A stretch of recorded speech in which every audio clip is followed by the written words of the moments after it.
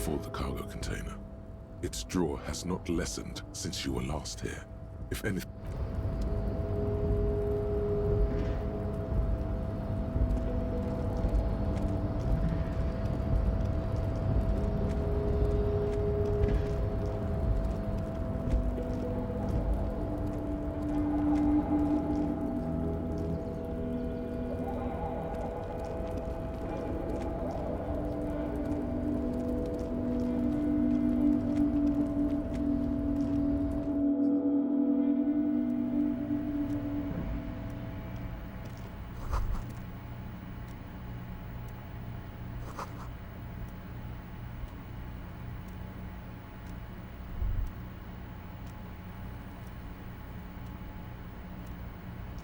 An imposing combination of a punch clock and a payphone is looking down at you from the wall.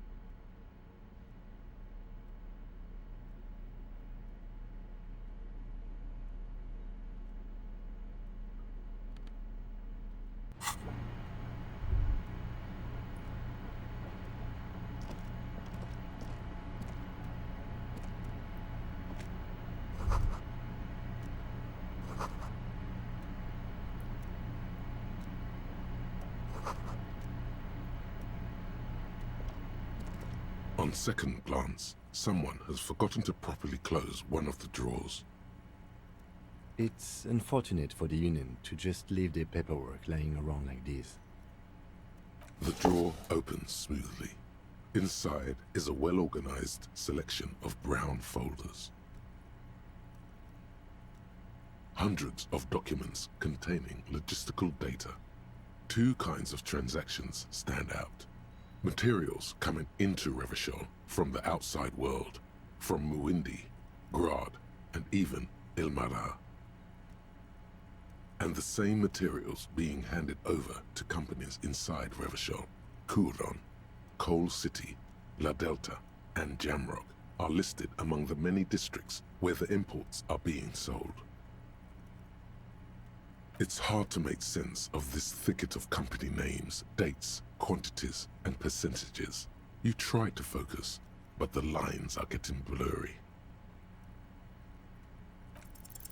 Whatever's hidden here is hidden well. Concentration isn't enough. Only a trained accountant with a background in logistics would be able to really make sense of it. However, there is a little handwritten note stuck on the side of the drawer. It appears to be a to-do list written in large, uneven capital letters. Remember, Leo, Everard's shoes, special whirling borscht, water Everard's plants, sweep office floor, more banners.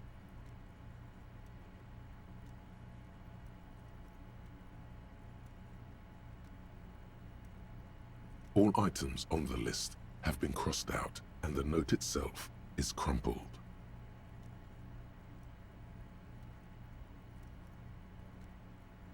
One of his aides must have left it. Nothing incriminating here. What is so special about this borscht? Code for drugs? Booze? blood. Remember, Leo, Everart's shoes. Special whirling borscht. Water all items on the list have been crossed out. The drawer slides shut smoothly.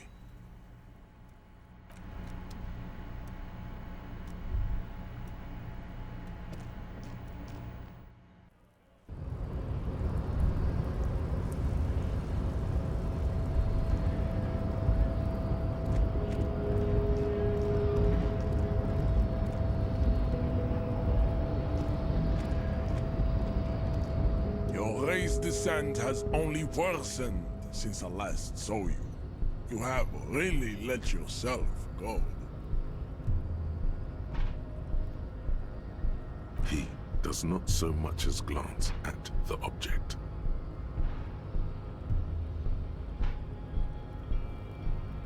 Stop showing me your pathetic cup. I have no interest in it. Does he strike you as the kind of man who puts mugs into trash?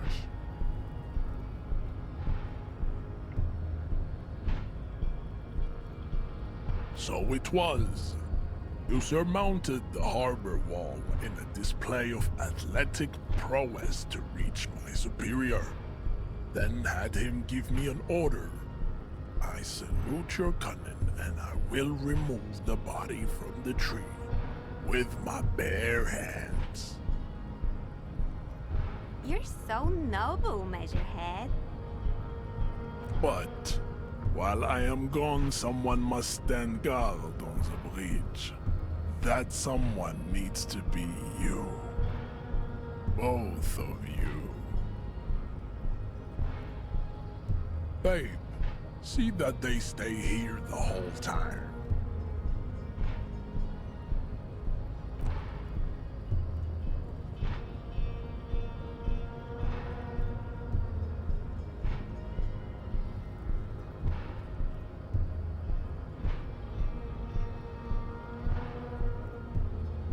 The woman's gaze follows Measurehead as he leaves.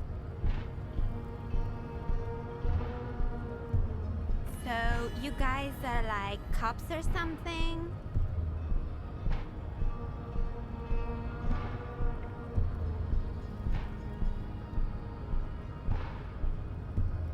Cool, I like men with guns and power. I'm Katya, by the way.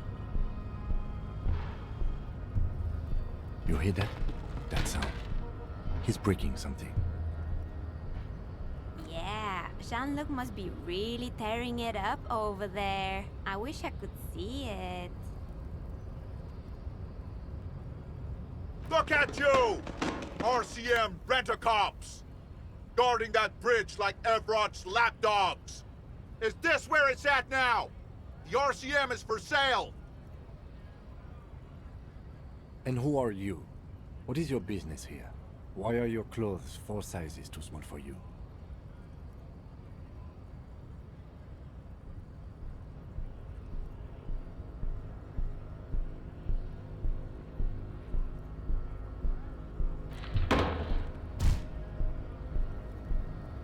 A shrill laughter interrupts you, echoing across Martinez. Then, the man turns to look behind him at the behemoth appearing around the corner, approaching him, walking past him.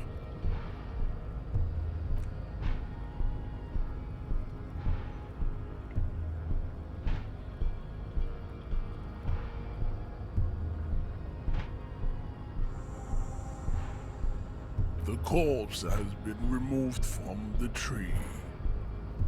Stand down and congratulate yourself.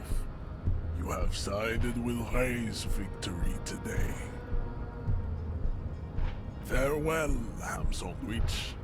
You are a Union man from now on.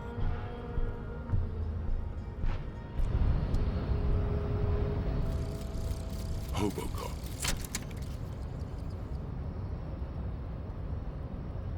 Technically, you wouldn't be a cop anymore, but a hobo. That would mean game over for the cop chapter of your adventures. But who knows where the hobo part takes you? To the bar? The old L'Assommoir? To the pier or the sewers? To Leroyam, where for 300 years they interred the dead. You could plunder royalist crypts for long-forgotten triple malt bourbon, then fight the Ardamakan beast that lurks the bottommost sepulchres. The secrets of the city are all yours at last.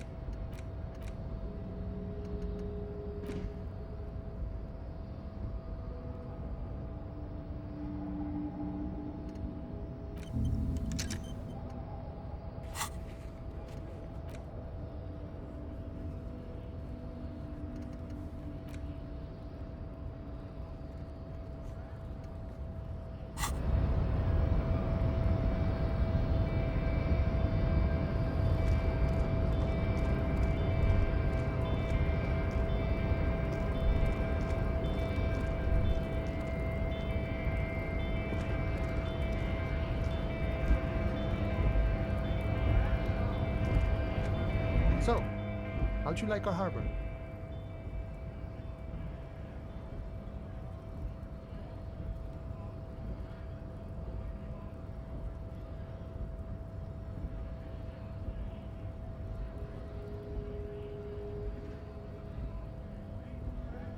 It's but a rest area on the path leading across open plains. Right, you talk to the boss, eye to eye, like men of the plain. If you have any more questions, I'm set to talk. Sure thing, my friend. I can help you out. The coin lands into your hand as if it has always belonged there. The swallow returns. Always glad to help out the RCM. Shame I can't do more. Things are meager at the moment due to... You know, the winter's fat is slowly running out and all. Still better than scabbing, though.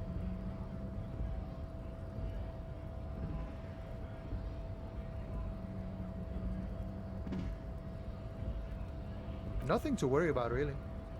The jam's a bit of a mess, cargo can't get in or out. The rationing is a bit stricter is all. Supplies should last the strike, though. I'm always glad to help out when possible. Not like these slithering scabs. The mercenary, eh? Who could have killed him? That's indeed the question. Why even do such a thing?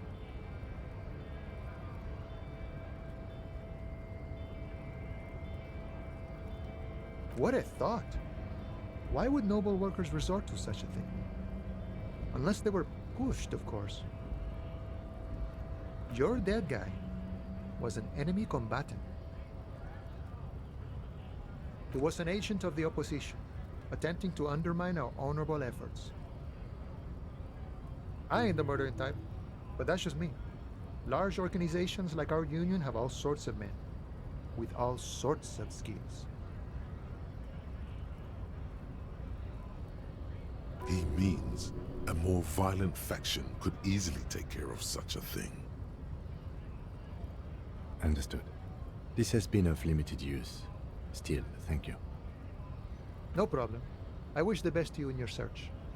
Sure, I'm glad it's not my search. A key, huh? What door is this key supposed to open?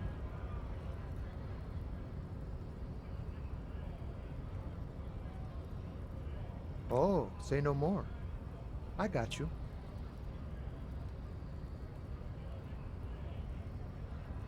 I got that key right here. And let me tell you, it's mighty good of you to help us out during the strike. Working class solidarity, as they say.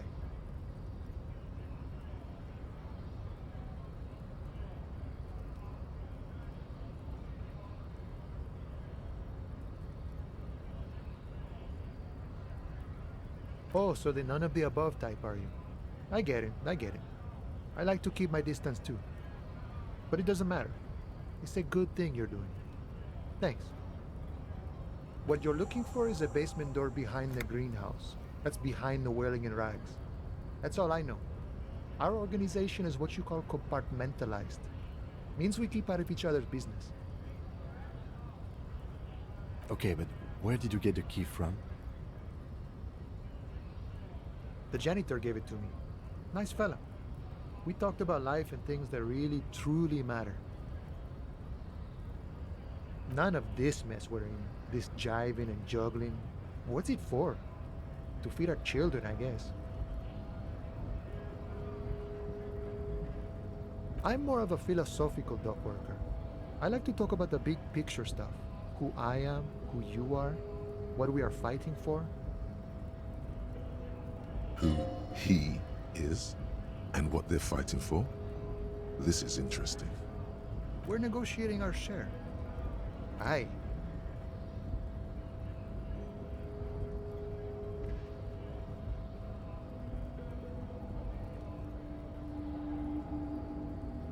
This stuff, they already covered.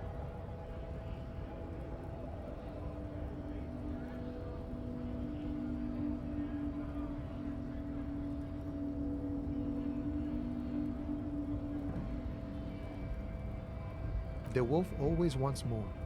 I like wolves. All of it. However, right now we want all the harbor workers to be on the company's board, so they could take part in the decision-making process.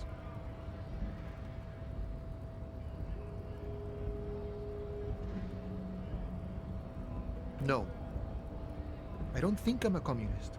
Seeing something of value and saying I want it all to myself is a much older and simpler notion. No science to it at all. Even a weak child can think it. The only things holding someone back are I can't and I shouldn't.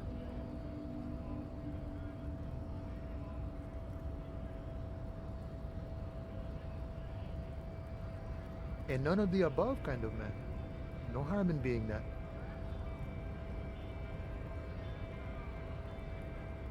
I think it's best you make up your own mind now that you've met him. In my eyes, he is a capable organizer and a decent businessman.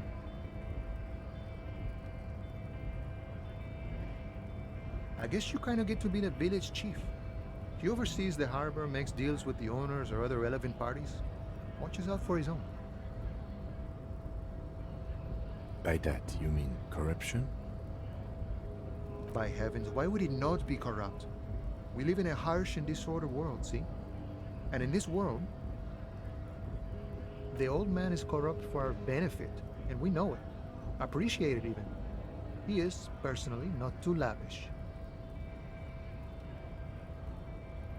He is reasonably lavish, sure. That's his prerogative. It's not like you want a saintly demeanor on a corrupt motherfucker. That would be a manipulative illusion.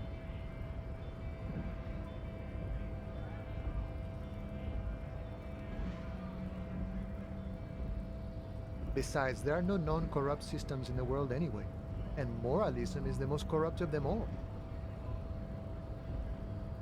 Sure, I've had the necessary free time. Fortunately, there's always time. The look in his brown eyes conjures up an understanding. For him, having command of his time is the most important thing. The man sits on the railing, his hands reaching far and wide. Yet it feels as if he could effortlessly go even wider, if need be, an endless torrent of time.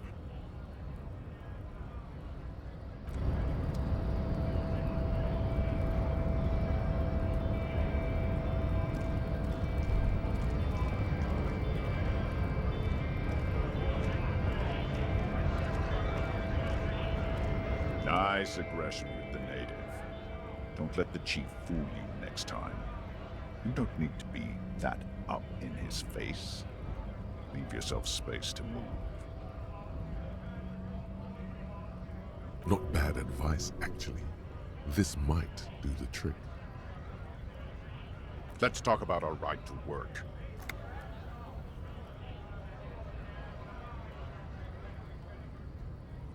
When a bunch of ungrateful, lazy cockroaches can't get their act together, decide to block honest work for other people.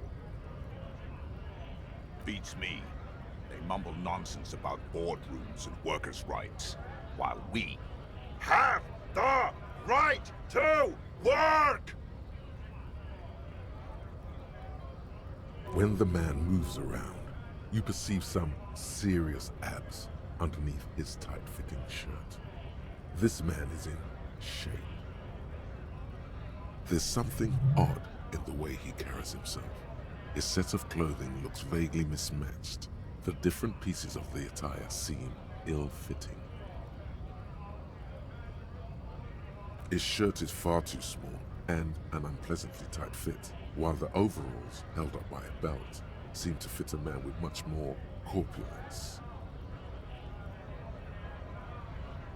He ignores your question, choosing instead to turn to the emaciated workers, raising both fists in the air. The clothes are obviously not his. Honest men and women with rights to work, to be useful, not toys for corporate interests. We came here to help the harbor run smoothly in time of crisis. If union fucks don't want work, they ought to let in those who do want work. I have a question. Why do all these men follow your leadership? You think they follow because I'm big and loud? No. They follow the rules of the market, the rules of the economy, because they were given a job to do! You've been talking to him for quite a while now. Something is off with this guy. Ask him where he's from. What's it to you?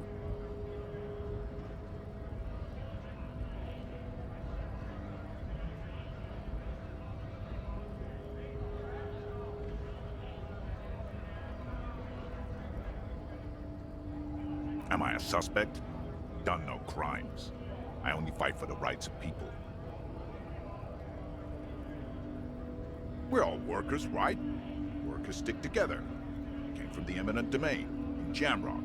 Backgrounds in odd jobs, heavy lifting, cargo hauling, bouncer work. I know the drill.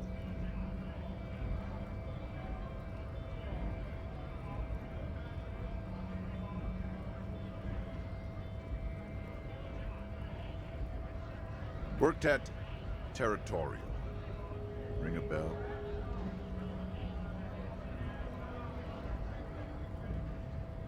We're done here.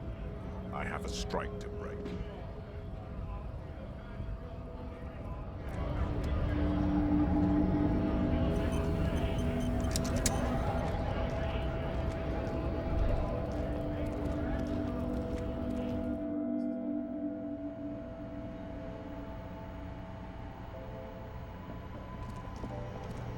The tear machine stands in the corner. A sign says, 1 bottle equals 10 cents. Your bottles clunk into the machine, and the money appears with a satisfying jingle. You're a richer man now. You're 100% sure you've got special Hobocop money for that tear. At least 100% extra tear money. If the numbers on the machine told you otherwise, it's a lie.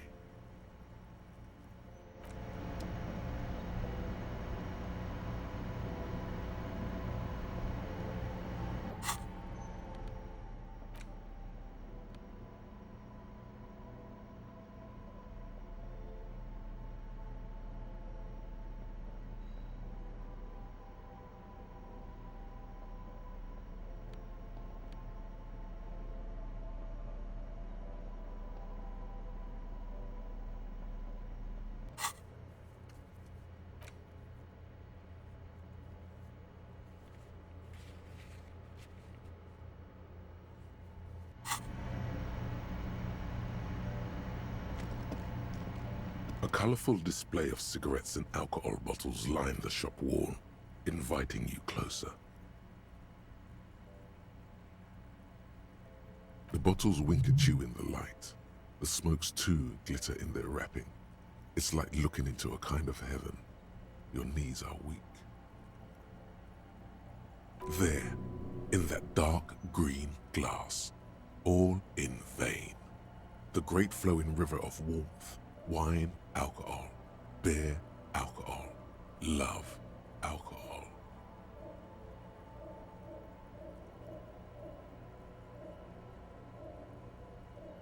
I'm obliged to inform you that both alcohol and cigarettes damage your health, but I guess you already know that. Know this, you will never finish your alcohol quest if you don't buy beautiful alcohol.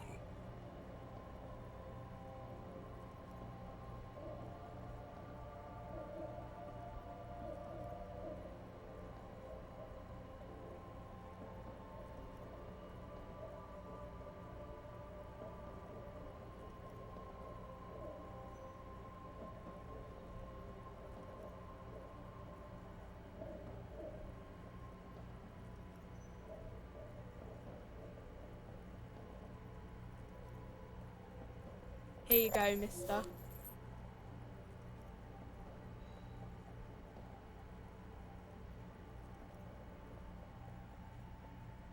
Here you go, mister.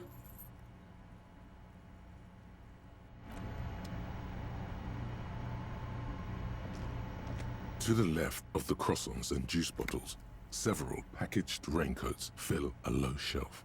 One, however, lies in the dusty floor, the one you tried and failed to steal.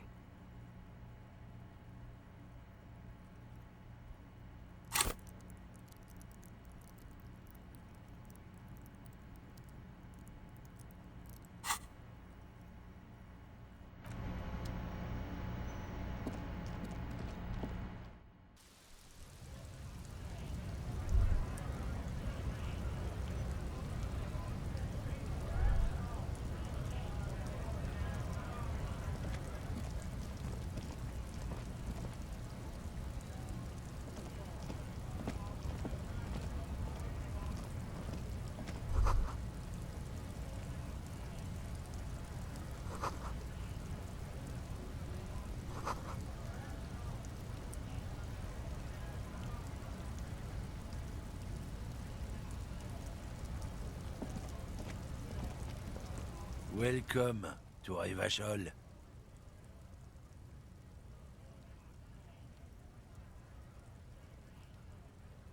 Don't you welcome to Revachol me. My grandfather came here from a 3,000-year-old racist isolationist culture, while your ancestors came to this island a mere 300 years ago. Every school of thought and government has failed in the city, but I love it nonetheless. It belongs to me as much as it belongs to you. It's men like you who keep Revachol divided, making it that much harder for everyone to climb out of this post-war limbo. Oh, come on, man. I just said welcome to Revachol. It's a lorry driver thing. I know exactly what you meant. You think my kind doesn't belong here, that I should watch myself and behave.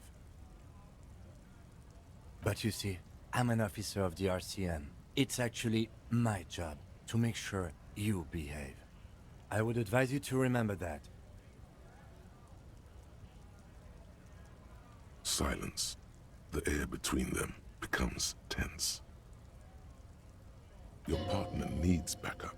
Now's your moment to shine.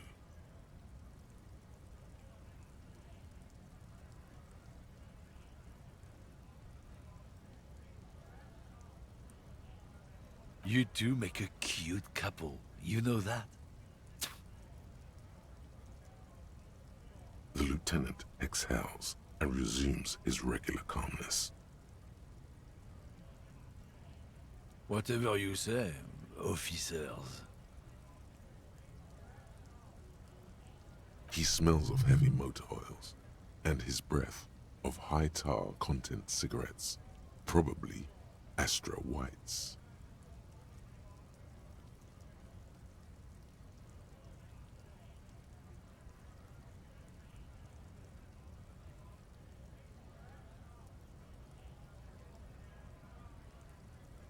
It's about biological determinism, natural law, the sorting of the races. Not the most popular topic nowadays, with the coalition in charge and all. You might want to change the topic. That is, bury your head under the sand like common sheep. Change the topic. The way he says it makes it almost sound like a threat. Not sheep, ostriches.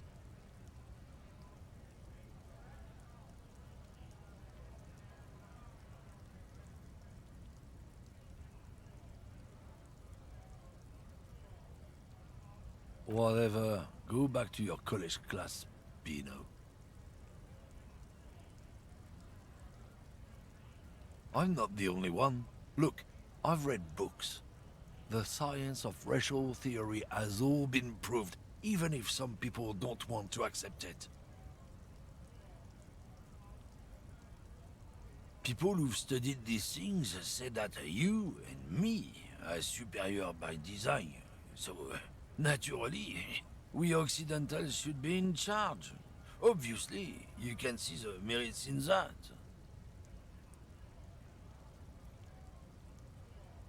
So, lately we Occidentals have experienced an unfortunate downturn when members of the superior race cease to believe in their innate superiority. They stop competing for resources. This concerns you, policeman, so you better be vigilant. The damn kips are showing up good lately. Same with the mosquitoes.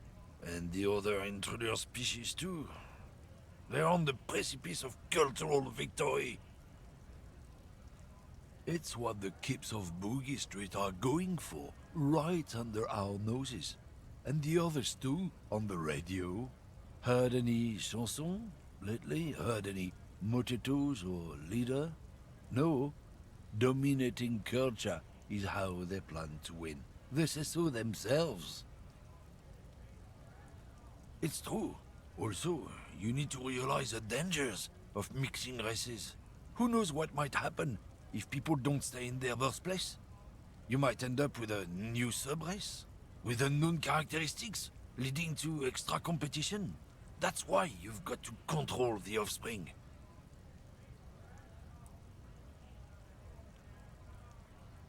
Don't push your luck, Runt.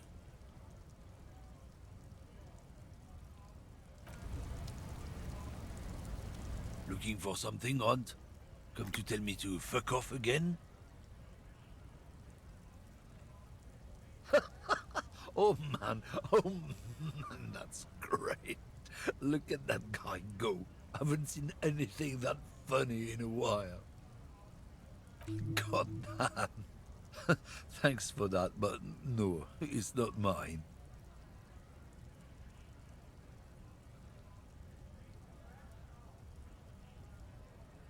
Drugs?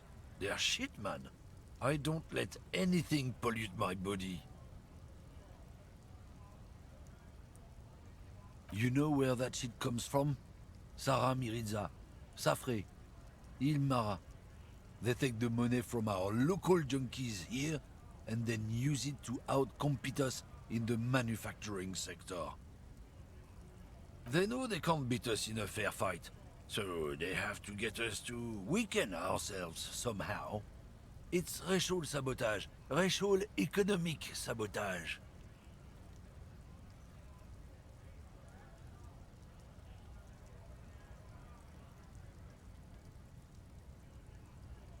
Oh, I don't go for that foreign piss. Proper booze is made in Mundi. Or sometimes, I like a dram of that Yugograd vodka. Koikos and worse much, but they do no booze. Not in, not out. I'll never betray the purity of my tribe. So you're telling us that you don't know anything about drug smuggling through Terminal B? I don't know shit. And if I did, I wouldn't tell you. What do you think? I can't leave the lorry unguarded. Stuff's been getting looted lately. It's those little kips. sneaking around at night. If they touch my stuff, the bosses will be on my ass like ass cancer. Oh, not much anymore.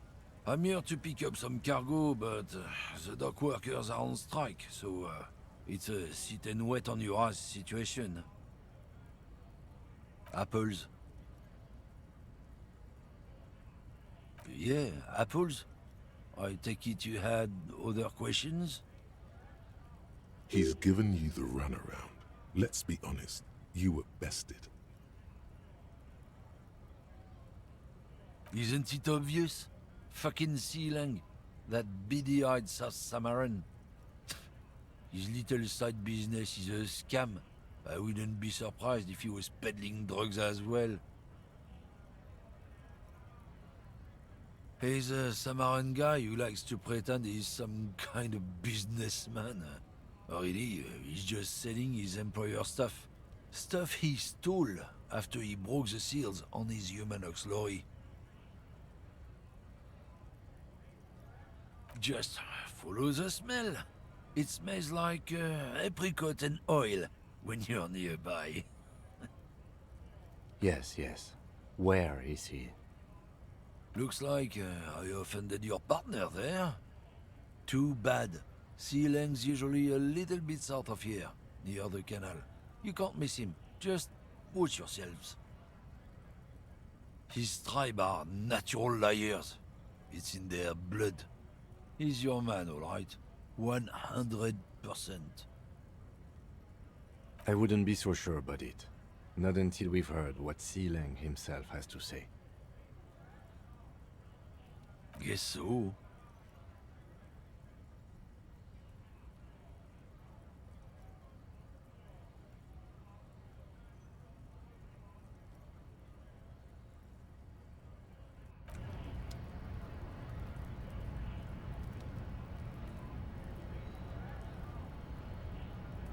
Looking for something, Hunt?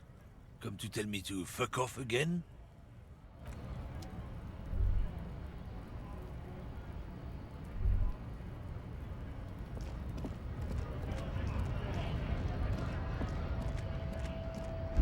A lorry stuck in the traffic jam. This big, heavy Grad-made machine is well kept for such an old machine. The windows are clear. They've been recently washed. You can see a lorryman's cabin with personal belongings, stickers, insignia. Fumes of heavy fuel oil waft over you, making your eyes sting. The odor mixes with cigarette residue. The driver has adorned his space with a substantial collection of peculiar paraphernalia. Proclamations about honor, strength, and purity are glued to various panels. A large metal pendant hangs from the rear view mirror. The pendant features a sun crowned with wavy rays. The back end of the cabin has a small perch to sleep, large ashtrays. There are several suns and wheels sewn into the curtains. Racist nationalist paraphernalia. Not unusual in this part of town. This is our guy.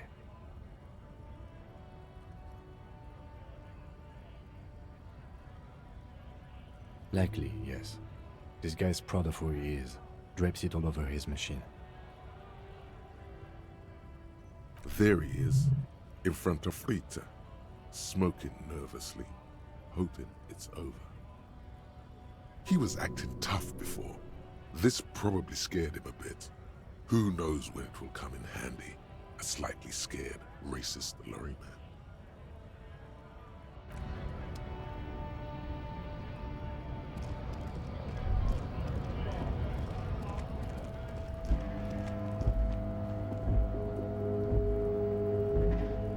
Looking for something, Hunt?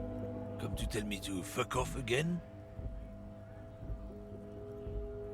Oh, not much anymore.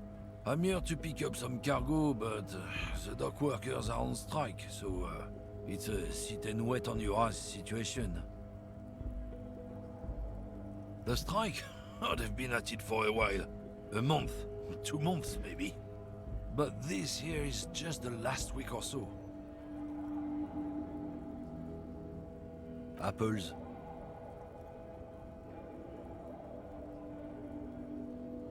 Fine. He's given you the runaround. Let...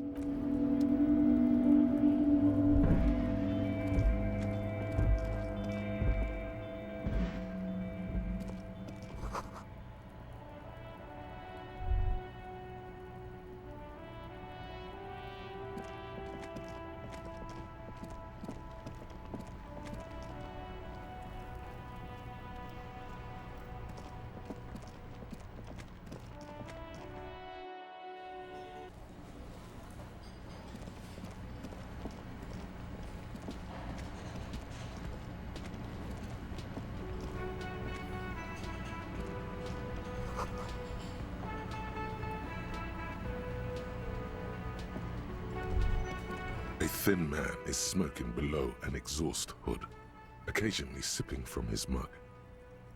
As you step in, he nods toward the table and says something in a completely foreign language. The only words you can make out are Garancy and Kubek. It must be his name, Garancy. Garancy Kubek. Sounds representative. The man puts his cup down and replies something, his left hand drawing arcs in the air. He smiles and bangs his ladle against each of his pots in turn.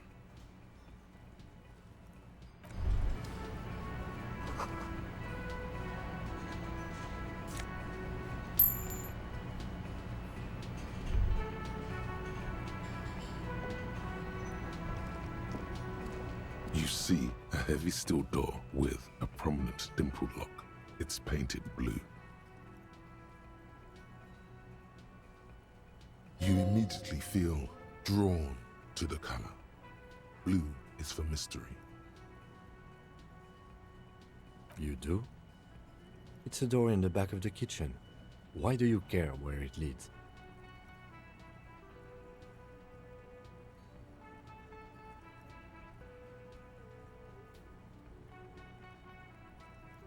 It is quite pretty. I suppose we could look into it as a side investigation.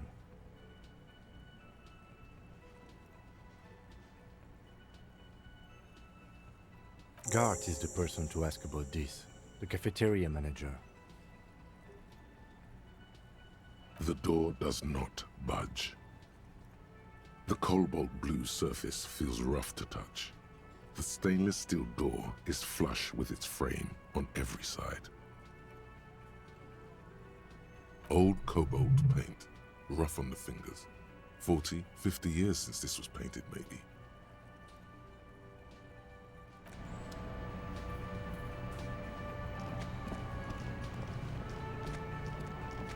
Can I help you? Yes, have you got it? A lot. For the room and broken window, 100 real. You must be joking, right?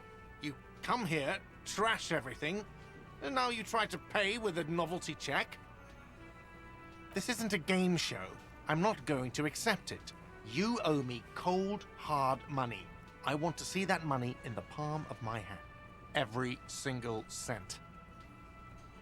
Damn you, Fat Everard. Your novelty check is useless. You can cash it in at the local frit near the harbor gates, though it might not be enough to cover it. Like what? I was really enjoying talking about the money you owe me. What thing? Oh yes, that door, sure. There's nothing mysterious about it. It's just a door. No, I don't have a key. I don't know how to get there. And I don't care either. It's not like I've been wondering about it for 10 years. It's just a frit warehouse, probably. Or some boring storage space with a bunch of old junk and dust. Junk and dust. He's attempting to maintain an air of indifference. It's absolutely not convincing. Fine, okay, a little. But my job doesn't leave me time for wondering about one locked door in one of the cafeterias I manage. So, I haven't opened it. I have cleaned the whole place 100 times over, though, after the animals. And I haven't found a key, so good luck with that. What? By the way, you should come back to this thing-based questionnaire if you see anything interesting in the whirling later. Another thing. Great. I love those. Yes?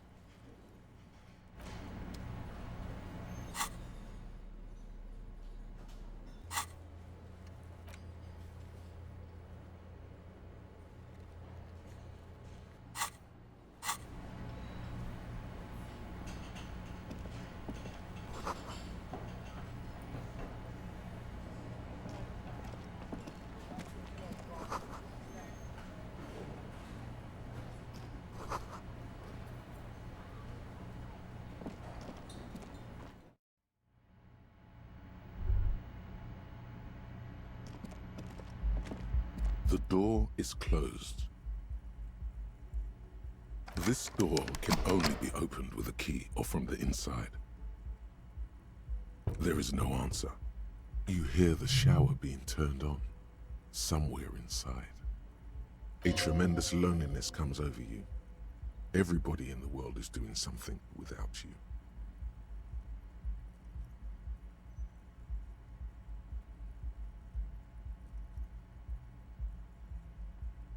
The door does not care. Still no answer. Still nothing. The lieutenant gives you a quick glance. You should punch a fucking hole in it. The murmur in your ears recedes slowly. Your breathing normalizes. That's one lucky door.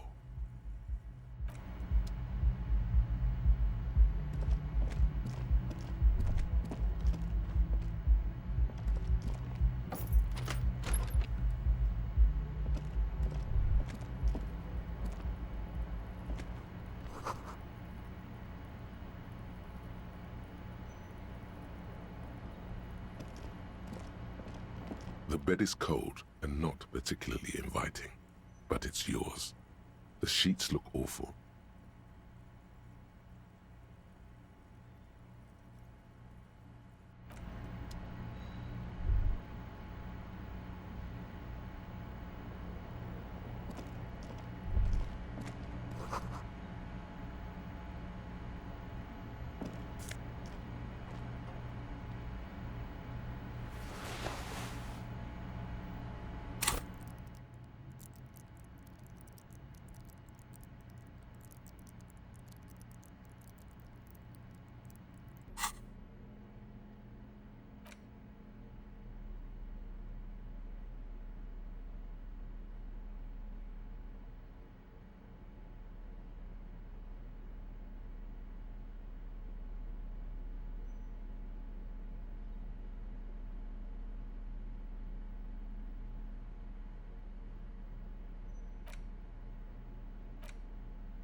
It's just a racist mug.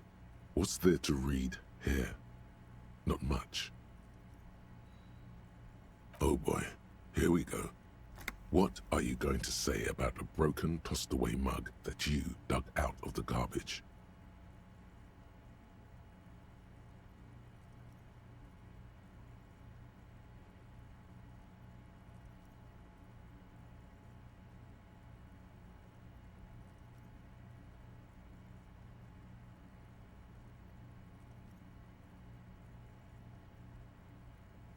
But it was in the trash.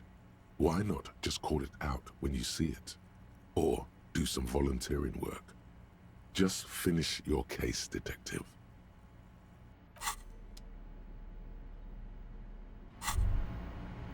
What's this? We're getting reports of normal, reasonable, temperate political opinions somewhere in Martinez.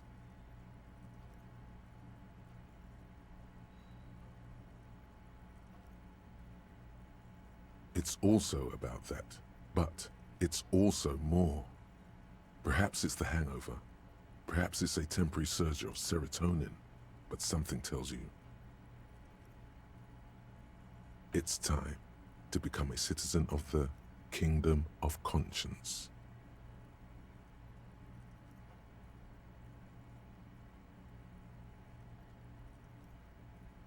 It is not a place. It is a moment in time that can only arise in the right circumstances. In all of human history, it's only been achieved a handful of times. Incrementally. Yawn. You'd get there faster with a little speed. History's greatest catastrophes have been brought about by people trying to make the world a better place too quickly. That's the genius of Dolores Day. She recognized that progress is meaningless if its gains are lost because of instability. Real, lasting change can only come about gradually, increment by increment. Tisk tisk, just because you live in the present doesn't mean you have the right to place your needs above the needs of the future. You may never live to see the Kingdom of Conscience. Your children may not. Even your grandchildren might not. But that's no excuse not to keep working. What sang-froid?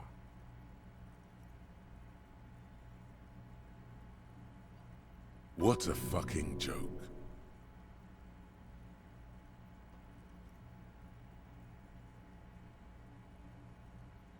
Do you believe the status quo is preferable to chaos and bloodshed?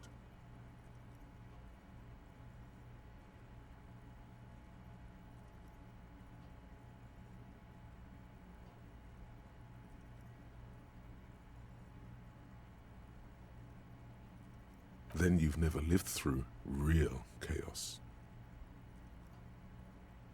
Sometimes, in the face of great disaster, defending the status quo is progress. The kingdom is difficult to comprehend and even more difficult to describe. Partly because humanity will need to discard many of the categories that define and limit it today. The Kingdom of Conscience is post-capitalist, post-national. It's also post-industrial, post-ideological, and even post-sexual. Slow down, Mr. Reasonable. Did you miss the part about compromising and taking things slow? That's right.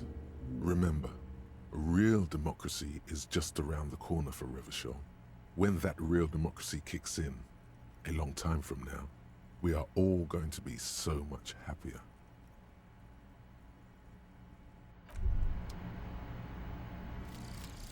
Some kind of superstar.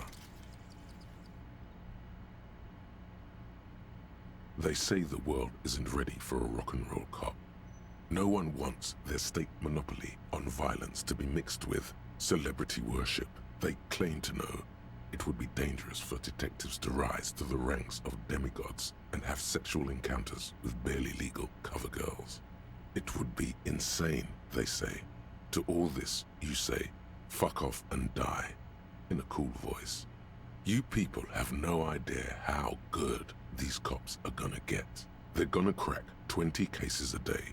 In the future, cops will be like astrophysicists, or prime ministers, or prophets. And you're the first one.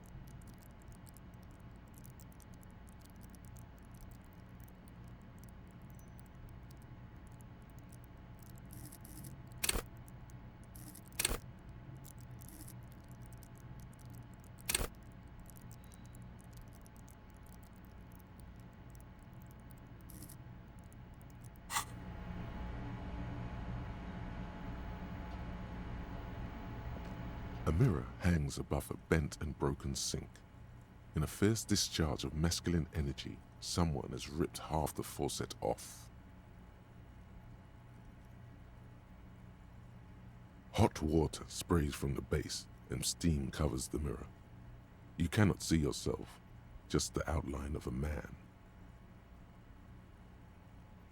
Suddenly, you realize you have no memory of the face that awaits you there, underneath the soft vapor. As you slowly reach your hand towards the surface of the mirror. Abort. You clearly have not thought this through. You won't like what you see there, and you will never unbecome it.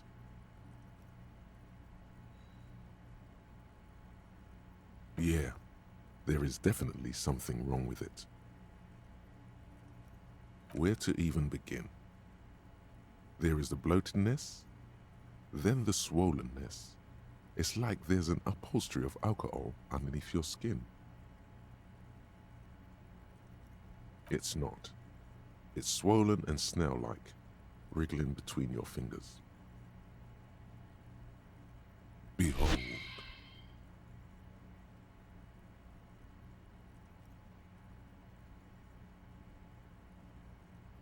You have no idea who this thing is, do you?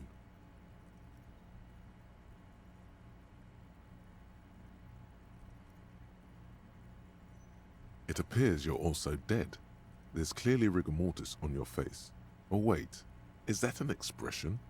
Are you trying to make an expression with that face? Why?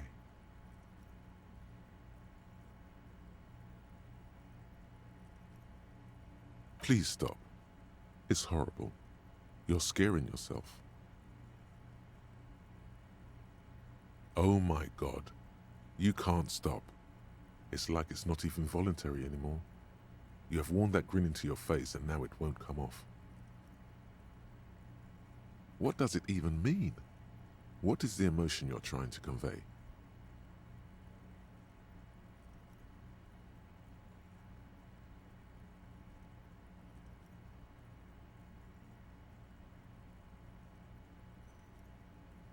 You are correct.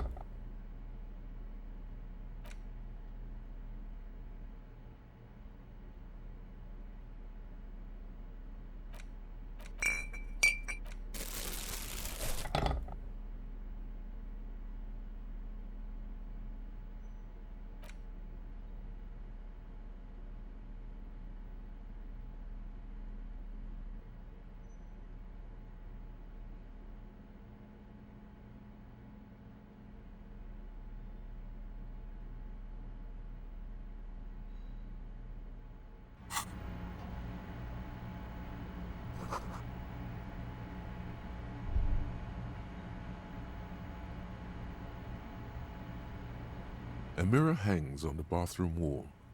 In it, your face, adorned with the expression.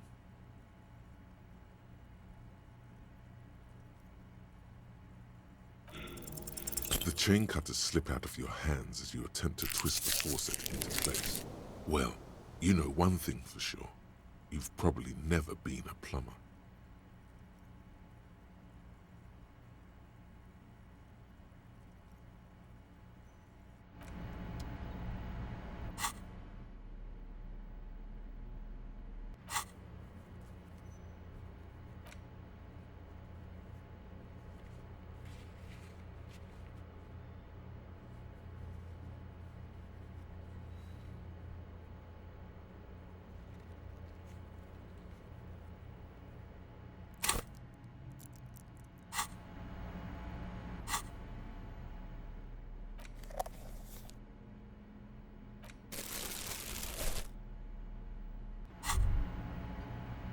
There it is, a brave little army in your pocket.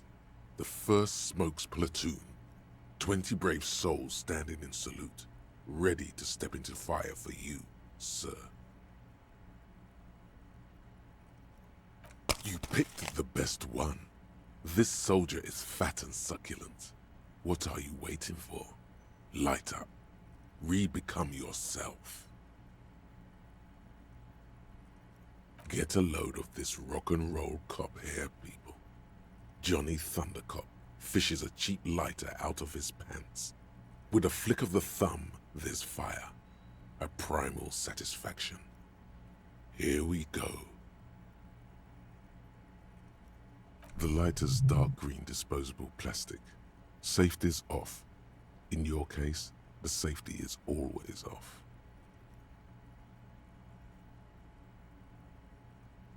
Thick, warm smoke gets sucked down into your lungs. Immediately, you feel a warm nostalgia fill your head, body, and soul. A nostalgia for yourself. The man you were in your youth. Johnny Thundercop is back, and he's chill as balls.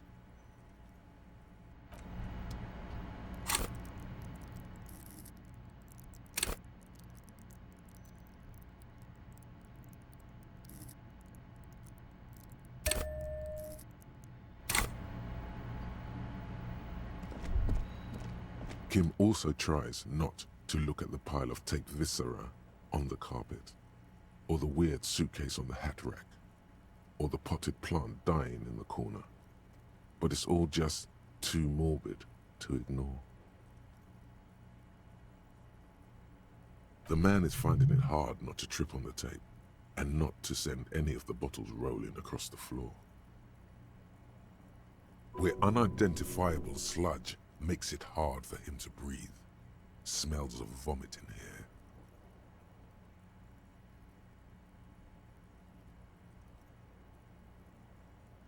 I can see that.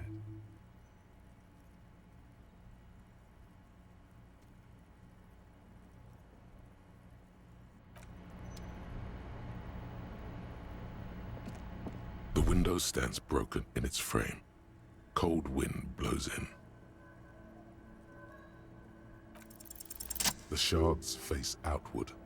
Whatever broke this window came from the inside. A fine web of scarring covers the back of your right hand, but none of it is recent. More likely a projectile than a held object. There are no fragments on the floor from pulling a tool back in after impact. Something you've done before. It is too large for a bullet, yet too small for a piece of furniture. You're looking for something heavy and larger than your fist.